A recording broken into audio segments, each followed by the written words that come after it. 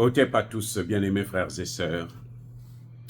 La MONUSCO, la mission des Nations Unies en RDC, ne veut plus quitter la RDC.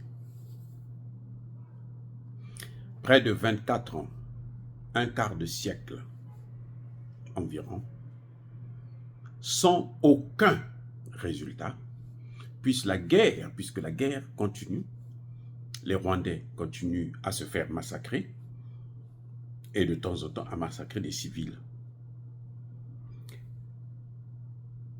Mais quand même, on persiste à vouloir rester en RDC. Question. Que cherchent-ils ces casques bleus en RDC? Ils veulent quoi?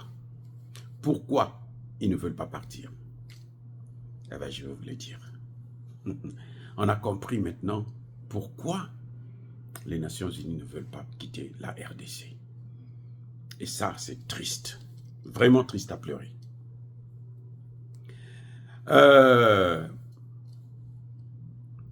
Les Nations Unies, le budget des Nations Unies en RDC, donc de la MONUSCO, s'élève à 1,5 milliard de dollars.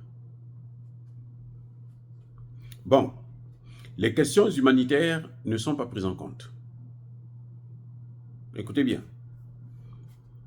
Quand le Rwanda vient avec ses soldats, l'Ouganda et les Kenyans et autres, quand ils viennent, ils chassent des populations, ceux qui ont les enfants qui ne se font pas violer, parce que pour la plupart, les femmes et les enfants se font violer, les hommes se font massacrer, donc les survivants là, on les chasse de leur village. Ils errent. Ni le gouvernement de Tshisekedi, il n'a pas de moyens, ce qu'on peut plus ou moins comprendre, plus ou moins, dans une certaine mesure, ni les Nations Unies. Donc, que ce soit les questions humanitaires, que ce soit les questions militaires, les Nations Unies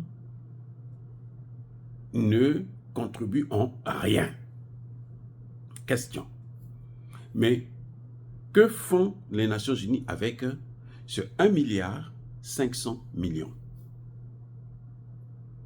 de dollars? 1,5 milliard de dollars. Qu'est-ce qu'ils font avec? Vous savez quoi? Ils se partagent cet argent. L'essentiel de cet argent, ça reste ici, à New York. Le secrétaire général prend une part, le sous-secrétaire général Jean-Pierre Lacroix, qui était là au Congo il n'y a pas longtemps, il y a quelques jours, il est allé dire non, mais les Nations Unies ne peuvent pas partir en décembre. Oh, mais ça fait depuis 2023 ou 2024 que le Congo demande à ce qu'ils puissent partir puisqu'ils n'ont pas de résultats. Et puis parfois, les Nations Unies se permettent de tirer sur les populations. Ils tirent sur les populations des civils, ils massacrent. Donc, en fait, ils ne veulent pas partir, c'est parce que chaque année, la communauté dite internationale donne 1 milliard, ils se partagent ce 1 milliard-là avec certains hommes politiques de certains pays, probablement les États-Unis, la France, l'Angleterre, ainsi de suite. Donc, ils se partagent ces 1 milliard. Ça part au nom de la RDC, mais ça ne va pas en RDC. Ça reste ici, aux États-Unis, en Europe, aux Nations Unies même, ainsi de suite. Ça, c'est la première raison. Mais il y a une deuxième raison. La deuxième raison, c'est que la plupart des fonctionnaires des Nations Unies, les hauts gradés des Nations Unies, ils ont des carrés miniers au Congo. Les amis, c'est-à-dire que Jean-Pierre Lacroix que vous voyez là, lui, il a des mines d'or dans l'Ituri, au Congo. Comment voulez-vous qu'il puisse mettre fin à une mission comme ça?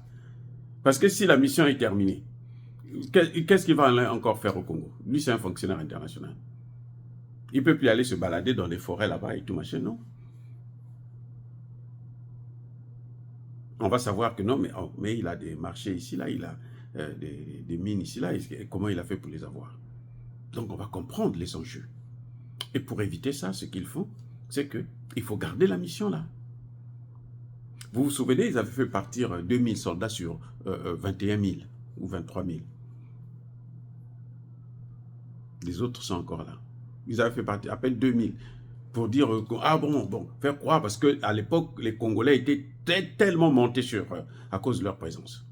Et maintenant, ce qu'ils font, c'est que maintenant, la Croix dit, le Conseil de sécurité ne nous a pas demandé de partir, le gouvernement congolais n'a pas confirmé, et eux-mêmes, ils n'ont pas décidé. Donc, ne vous attendez pas à ce qu'en décembre prochain, nous puissions partir, alors que la date, c'était justement décembre 2024.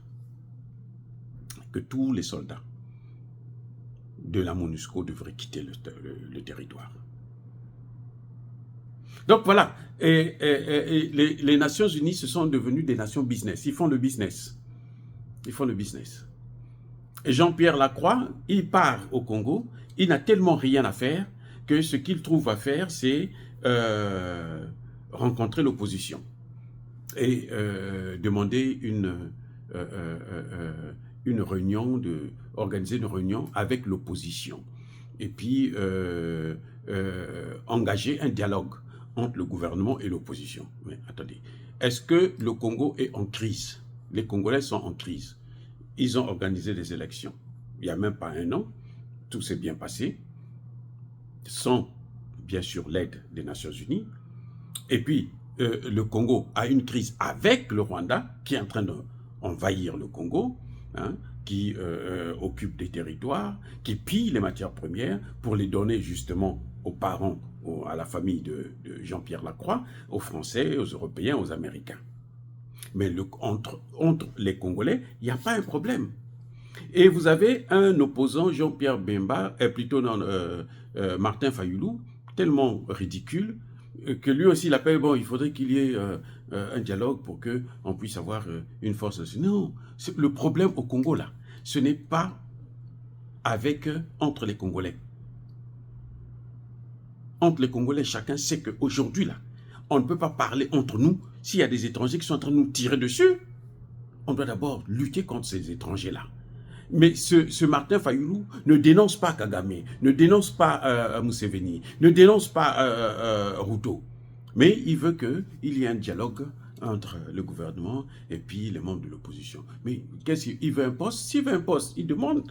Ils se connaissent très bien. Fayoulou et Tshisekedi, ils se connaissent très bien, ils ont fait partie d'un même mouvement. L'union de l'opposition, Fayoulou faisait partie contre la première élection de Tshisekedi. Donc ils se connaissent, ce sont des amis, ce sont des frères. Ils parlent avec lui, on lui donne un poste et puis qu'il se taise. Au lieu de venir soutenir des thèses d'un homme comme Jean-Pierre Lacroix, qui est devenu fou, son pays à lui est plus endetté que la RDC, même pas la RDC, que plus endetté que tout le continent africain. La France est dans un gouffre. C'est là-bas qu'il n'a qu'à aller parler du dialogue. Parce que Emmanuel Macron, là, il y a une procédure de destitution contre lui. Le Premier ministre, là, il va être censuré s'il ne fait pas attention. Si les hommes politiques se réveillent. Donc, il n'a qu'à aller parler de la réunion, du dialogue chez lui-même, là-bas, en France. Pourquoi c'est seulement en Afrique? On a besoin de lui. C'est à lui de venir nous apprendre comment on va parler entre nous. Il veut nous apprendre comment parler avec nos femmes, il veut nous apprendre comment parler à nos enfants, il veut nous apprendre comment parler entre nos frères. C'est ridicule, c'est tellement stupide et c'est dégoûtant. Ça, ce n'est plus la diplomatie. Ça, c'est l'idiotie. Bien-aimés frères et sœurs, soyez bénis, abondamment bénis par le Dieu des Kémites et par nos ancêtres angélisés. Mais que tous ceux qui persécutent le continent africain, le pillent et le déstabilisent, qu'ils soient noirs, blancs, chinois, arabes, juifs, indiens, qui qu'ils soient punis, maudits, foudroyés, neutralisés, écrasés, effacés par le Dieu des Kémites et par nos ancêtres angélisés. Vive l'Afrique éternelle, j'ai dit et j'assume.